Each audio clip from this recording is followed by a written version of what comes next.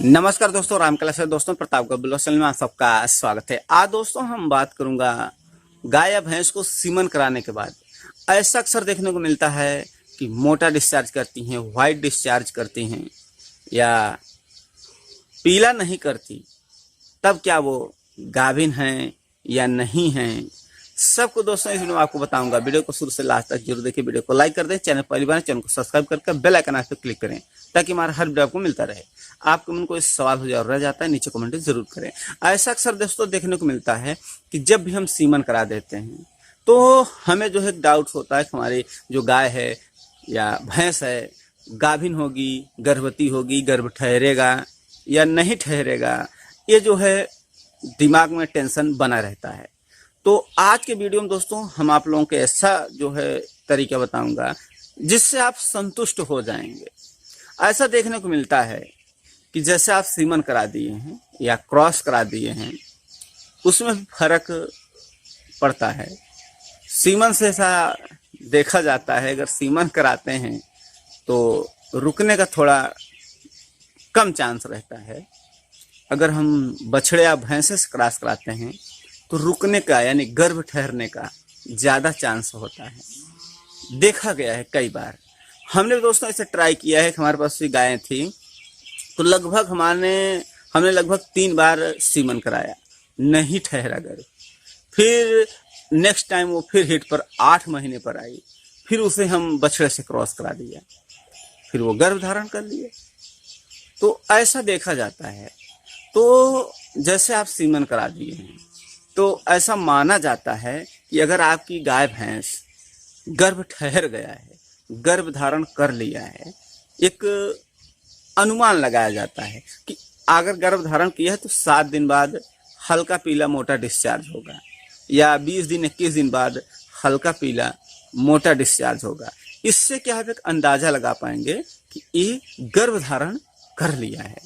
लेकिन ऐसा भी देखने को मिला है कि कुछ ऐसे भी पशु हैं, कुछ ऐसे भी गाय भैंस देखने को मिला है कि सीमन कराने के बाद वो पीला डिस्चार्ज किया ही नहीं, कभी नहीं किया। देखते रहे, रोज पर डे देखते रहे, लेकिन कभी उसने हल्का पीला मोटा डिस्चार्ज किया ही नहीं। लेकिन ऐसा देखा गया कि वो फिर भी गर्भ धारण कर लिया है।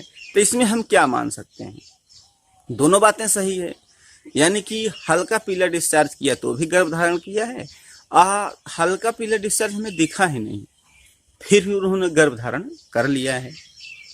और एक ऐसा भी देखने को मिला है कि सीमन कराने के बाद जब हम सीमन करा देते हैं तो उसके 5 दिन या 21 दिन 20 दिन बाद देखा जाता है कि व्हाइट डिस्चार्ज आता है, सफेद डिस्चार्ज, मोटा डिस्चार्ज।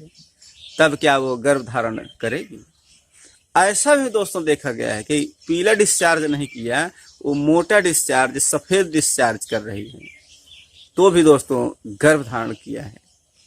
तो हो जाता है कि जो सफेद डिस्चार्ज आता है वो गर्मी के कारण होता है।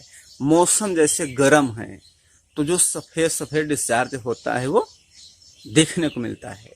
हाँ, अगर गर्भ धारण नहीं किया है तो बिल्कुल पानी जैसा डिस्चार्ज होगा, पानी, बिल्कुल पानी जैसा। तो आप एक अनुमान लगा सकते हैं कि गर्भ धारण नहीं किया है।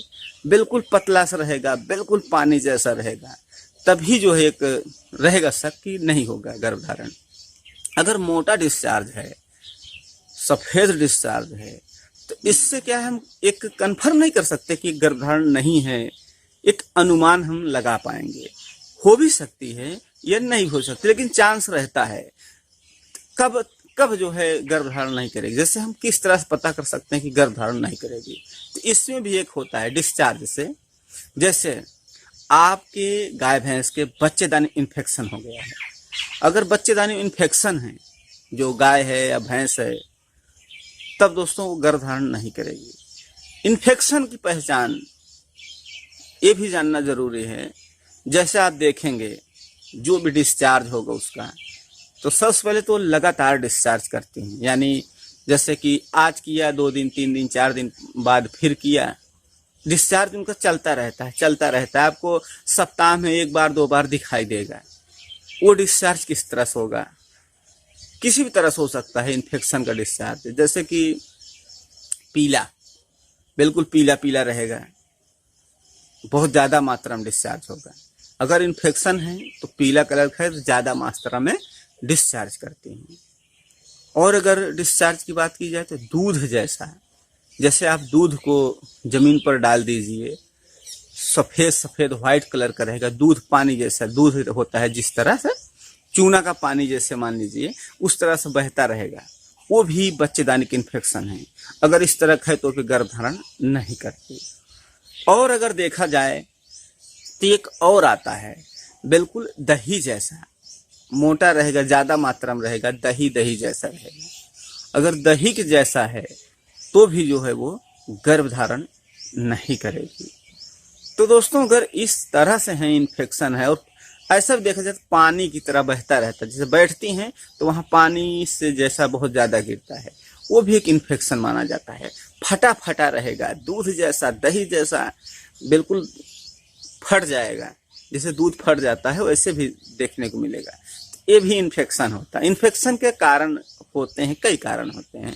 जो मेन रीज़न है वो यही होता है, जैसे कि आपकी गाय या भैंस बच्चा कर दिया है, आप जो है जहर यानी मैला जो होता है उसके सही तरह से, बच्चेदानी का जो मैला है वो सही तरह साफ नहीं हुआ तो वही जो है बच्चेदानी का इन्फेक्शन बन जाता है।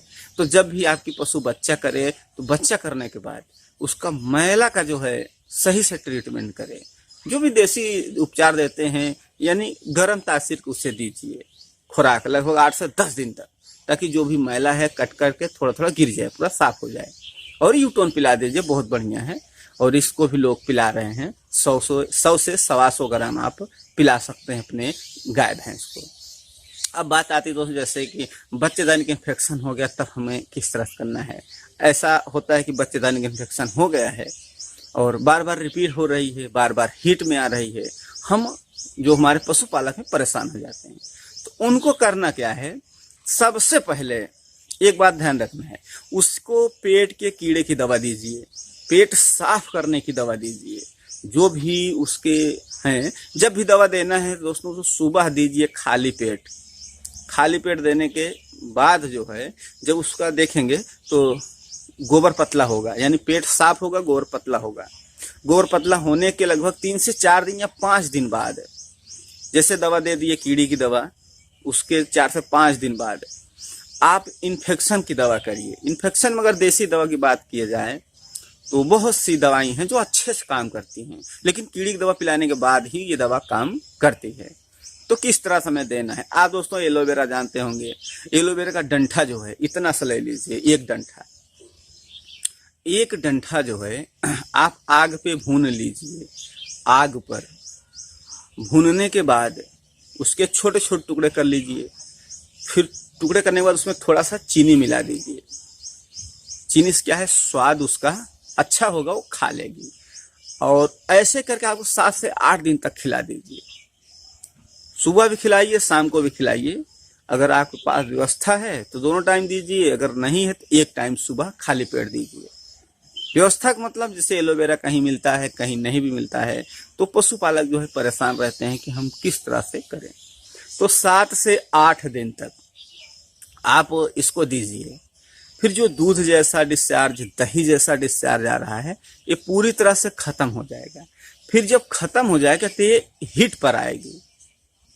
जब हीट पर आएगी तो एक बार इसे छोड़ देना है, यानी गायब कर देना है। फिर जब ये दूसरी बार हीट पर आती है तब इसे आप, हम दोस्तों कहूँगा कि बछड़े से ही क्रॉस कराइए, भैंसे से।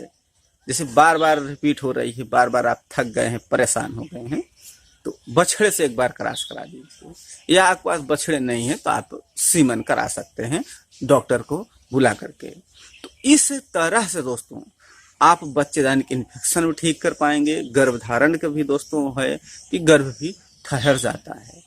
तो दोस्तों हमें उम्मीद है कि आप लोग समझ में आ गया होगा। दोस्तों जैसे अगर आप हमें फेसबुक पर देख रहे हैं तो हमारे फेसबुक पेज को फॉलो करें। अगर दोस्तों आप यूट्यूब पर देख रहे हैं तो नीचे लिंक जो है डिस्क्रिप्शन में मिलेगा आपको। वहाँ आपका हमारा जो है इंस्टाग्राम भी है, फेसबुक भी है। आप वहाँ पर जा कर के हमें मैसेज कर सकते हैं, जो है कोई भी आपका काम है वहाँ आप बता सकते हैं। थैंक दोस्तों वीडियो वॉच करने के लिए।